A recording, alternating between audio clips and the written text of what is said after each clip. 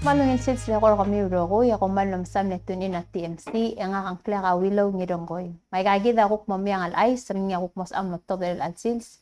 Magot el Meang el Chais sam Meang el Chais is el establishment of the National Security Coordinator Office Bill. Yang bill el nga final reading el altam. Et tial bill amo promote said security rabulur belaw. Talbi la adra sele Senate Legal Council amle advice la Senate Committee on Judiciary and Governmental Affairs and quote the National Security Advisor role is not deemed subject to confirmation as the position is only advisory and communicative. The committee agreed with the findings and stated that while the National Security Coordinator position is important, it does not fall into the traditional legal definition of an officer of the national government. However, even though that fall under legal definition of an officer of the national government, Ditial obi sapmal daw Spain nga other belaw nang man na moklo ay gigidal dong godong alwase complex crime challenges alwa cybercrime, transnational crime, may gali increasingly aggressive instances of malign foreign influences. Tial البيل atas kertegi del obis ra National Security Coordinator and mo develop and maintain and update taigel security strategies ma support el sab edelo spare other belaw al bod implement el counteract taigagi del kakaro sa complex crimes yang ngira bulur belaw matara Meang el Chais gira core chiefs and le sura rungulbay for violations of traditional law. Sera January 17, 2023, Yakoror House of Traditional Leaders, composed of Ngiram Mukati and Rubukul Kaldeo, amlefara civil lawsuit against Clarence Sri Derio Rongulbay for violation of the traditional law al claim alwasengi angir etet. Mr. Rongulbay sera January 25, 2023, amlefara and seringil ne deny kaigid allegations. Ngaringi seldom godong ngaringi luase otara kaklel au dalli dalla au loktub srabulur orior tiang amle ko the traditional code ngam lamlu se by other orior tiang which is translated as confirmation of the principles of traditional laws of Koror, providing sets of laws governing the chiefs of Koror and the process for appointment and approval of chiefs to sit as a member of the House of Traditional Leaders. Del Civil Action Number 23-007, awase tiral rubu la House of Traditional Leaders, amle announced publicly through a media sa April 23, 2022, wase taigi del otara kakle lau dali la maulaktub srabulur belaw amo effective and will be enforced. Sera April 26, tira uluay sa Mr. Rongulbay wase tung violated tagi the traditional law emilsa nga warning alwase bola claim publicly alwase ngi yangir etet.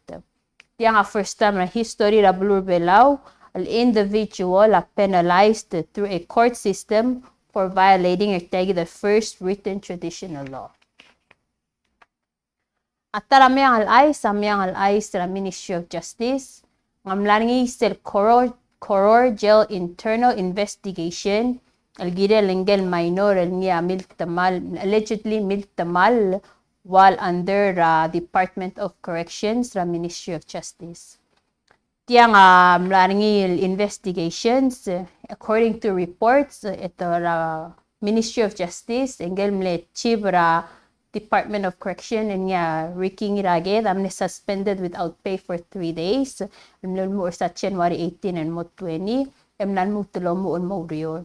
Tigal teru lieutenant tira Norman Bintorio, Mamoniga Arsay, amne suspended indefinitely without pay pending a criminal investigation into the alleged misconduct. El Alta mi Chief Fabian Ngiramangura oversees the Department of Corrections. The report alleged wasem minor miltamal while in juvenile detention by a convicted murderer and rapist niya Amador Osima. The incident has led to a criminal and administrative investigation ra Division of Corrections.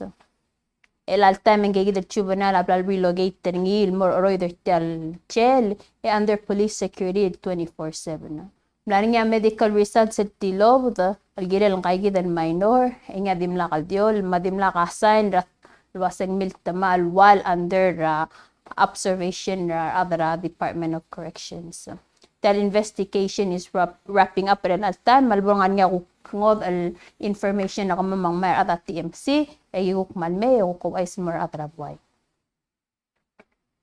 At tarami ang alais agira la drug cases nga man lang mas nga 6 charges at el year. Taiga nga mlan nga 8 cases ni submit mo ra Supreme Court ra endra last month. Egal cases that include at tablong marijuana trafficking and possession against Brady Sambal, Mawendi Arurang Rabulio, nga former serious cases, tablo niya trafficking and possession of methamphetamine, nga direct kalbuto kar adam dingel wasing ice, against Warren Richard, direct nga niya separate charges, tilora OCC will trafficking algirela tagisang iyar at tara adeng plela tara kay Chino Asanuma adira kalmla charge ni in 1 count of possession of trafficking of methamphetamine, 1 count of each for possession and trafficking adira kalbel falangil against Yoshi Agi Okabe. A penalty for the offense of felony trafficking of methamphetamine is not less than 25 years or more than 50 years in prison, no less than $50,000 or more than $1 million in fine.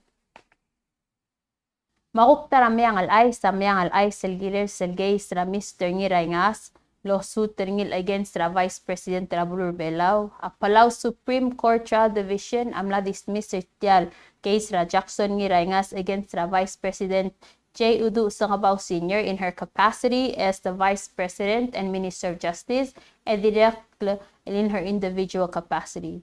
A trial court tamle dismiss case for lack of subject matter jurisdiction. Sumang somil munguwa more in-depth information gilet yang ang sab-amiwan mo ra court ang maya more information. Tiang a public announcement tulotov nga Bureau of Public Safety, Ministry of Justice. Tiang al-ukol tukor Amerigel makmamuyon ngil tukor Amerigel edira kalngan ngil tukor belaw maktira kalmo oywil tukor belaw.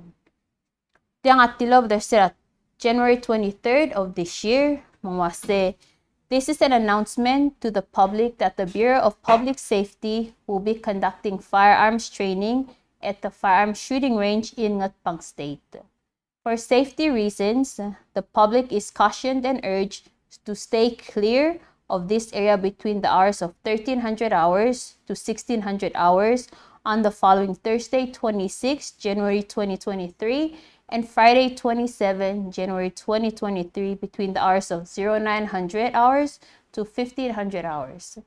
Should you have any questions, do not hesitate to contact the Bureau of Public Safety at 488-2524 or 2423 between the hours of 7:30 a.m. and 4:30 p.m. And you may also call 488-1422 after 4:30 p.m. The Bureau of Public Safety and the Ministry of Justice wishes to thank everyone for their cooperation. Tiasub loltob dari nga ablabulis and morabwail mo. Ablabulis sama motmok ra firearms training, ra firearms shooting range and nga rabulurang at pang. Arabek kaladak malong tial, lalda kalabor tial basyo radrong lelatal klok, ra itaswel, mo ewal klok, ratel yalsil ser elalong ewal urior, aluim elon melgab singer akot tulbuir el alraga 2023, maong ngayon malurior, aluim ewid elgab singer akot tulbuil, ra eti wal klok, ra tutaw, mo edel klok ra itasils. Alangan nga karim, emautangalom kodong rabla bulis, ra 488-2423, malub ang 488-1422, kumpmal masulang.